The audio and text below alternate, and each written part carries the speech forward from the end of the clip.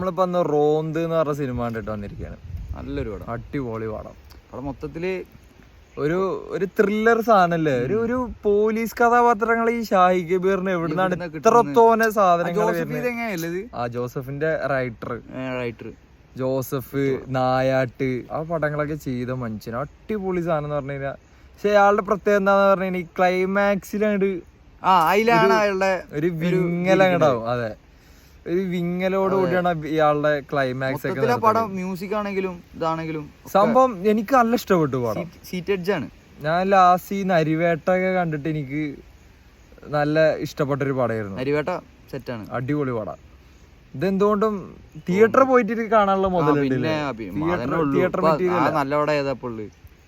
വ്യസന സമേതം അതിനും കാട്ടില്ല. അത് സംഭവം വേറെ ജേണ്ടറാണ്, പക്ഷെ വ്യത്യാസമുണ്ട്. ഇത് നല്ലൊരു പടം.